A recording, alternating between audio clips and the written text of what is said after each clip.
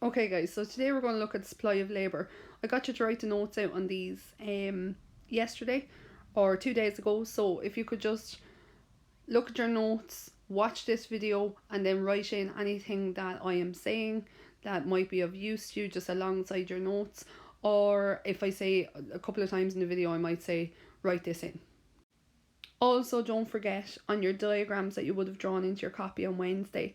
So I'm going to put in extra drawings on the diagrams now to explain those. So make sure to put those in for yourself as well.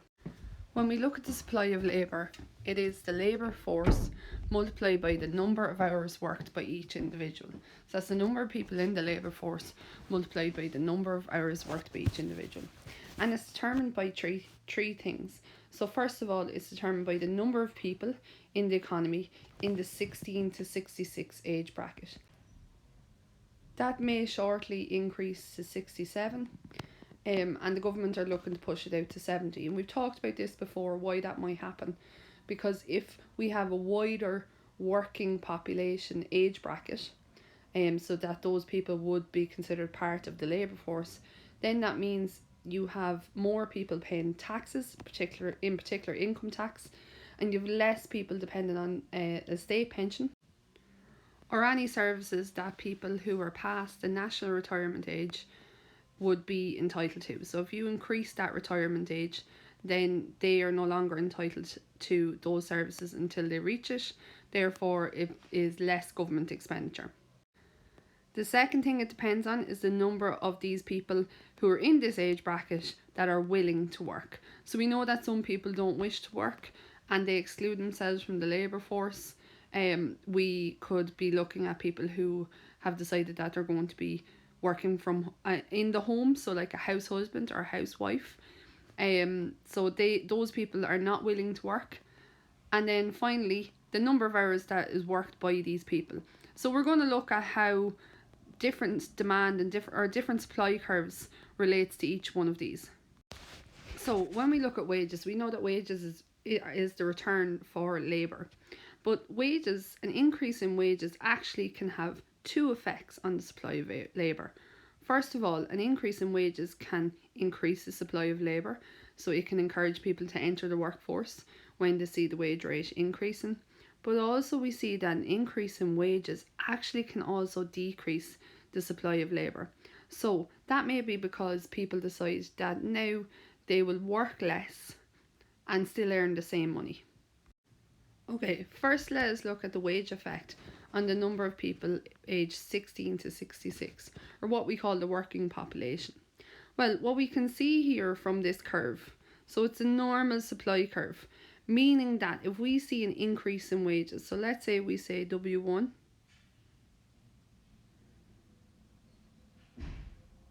and that's Q1.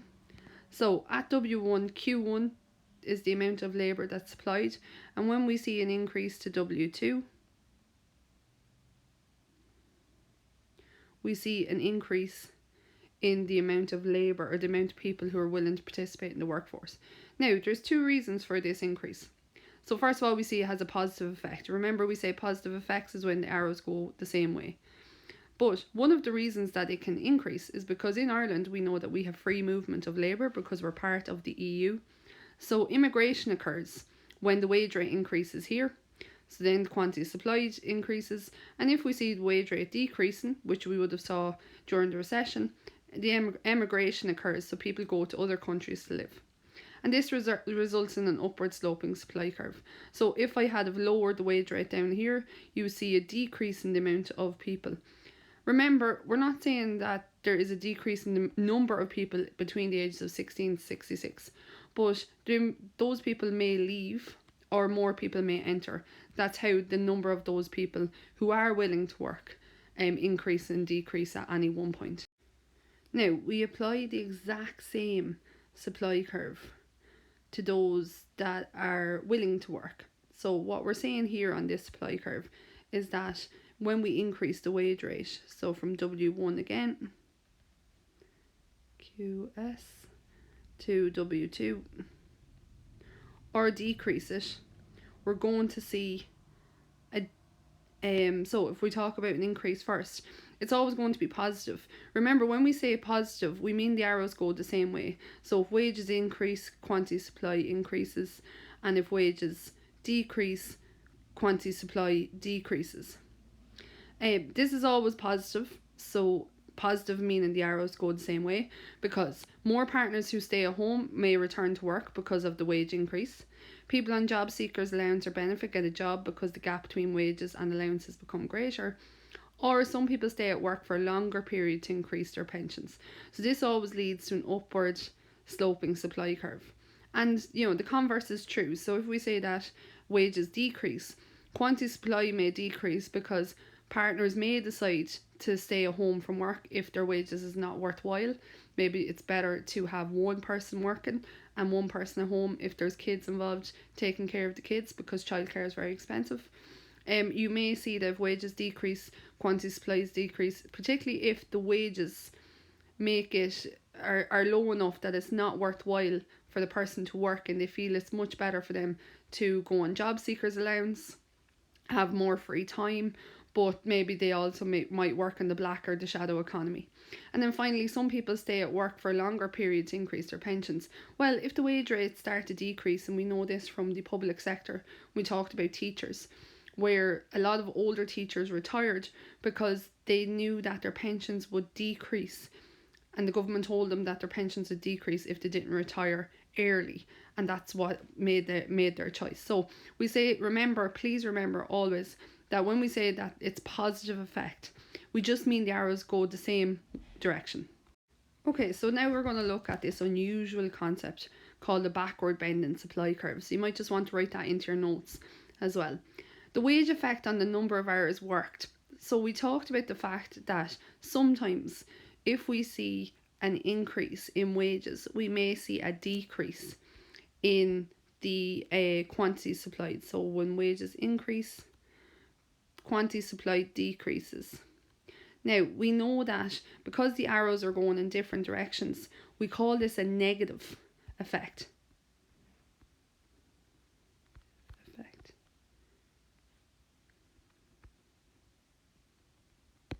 And what that basically means is that the arrows are going in different directions. So when wages increase, quantity supplied decrease. So up to a particular wage rate, A, so let's say here, employees will increase their supply of labour. So if we take a little look at this diagram, and we say, let's put in red here. So we say their initial wages was this. So that's wage 1. Okay, and then they moved up here to wage 2. Well, we can see that the quantity has increased there. Okay, so the quantity supplied is increased. But what happens then when we move to wage 3, which is up here? Well, what we can see is the quantity supplied has now actually decreased by a good bit. And the reason for that is that people start to realise that after this certain wage rate, so it has a positive, we see its upward slope and it has a positive wage effect at the very beginning. But after this certain wage rate, they will work less hours because they prefer to increase their leisure time. So this part here shows us that it has a negative wage effect. So that's where this here kicks in. So when you turn from the bend, the supply curve bends backwards and they have a negative wage effect. So the more you increase wages, the less that they'll work, because the reason for that is they start to believe, well, I can survive on the money that I was on, and now that I have an increase in wages, I could reduce my hours, be on the same money, and I'm happy enough. I'm happy to survive on that money. Okay. Another reason for this might be an increase in personal taxes. That can also cause a backwards bend in supply curve.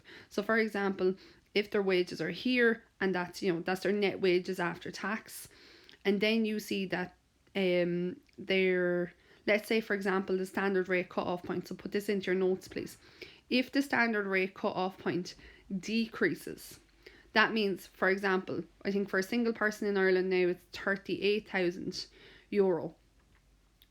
So if that decreased, let's say to 36, now the more hours they work, the more they're going to be taxed at that higher rate of 40%. And this is an issue then. That means that what they'll do is they'll reduce their hours so that they fall back underneath the tax bracket or the standard rate cut off point, so that they'll be able to be only taxed at 20%.